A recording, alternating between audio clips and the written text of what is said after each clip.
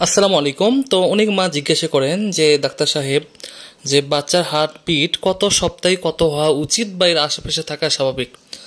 তো 7 সপ্তাহে 120 থেকে 150 বিট পার মিনিট, 8 থেকে 9 সপ্তাহ 140 থেকে 170 বিট পার মিনিট, 9 থেকে 10 সপ্তাহ 170 বিট পার মিনিট, 14 সপ্তাহ 150 বিট পার মিনিট, 20 সপ্তাহ 140 বিট পার মিনিট এবং জন্মের কাছাকাছি থাকলে 130 বিট পার মিনিট।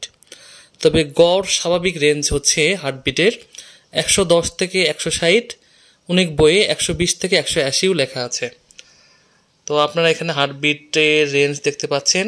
তবে হার্টবিট যতই হোক না কেন এই রেঞ্জের মধ্যে থাকলেই সেটা স্বাভাবিক। হার্টবিট 150-এর বেশি হলে ছেলে বাচ্চা, অথবা 150-এর নিচে হলে মেয়ে বাচ্চা, এটা সম্পূর্ণ ভুল এবং মিথ্যা। ধন্যবাদ।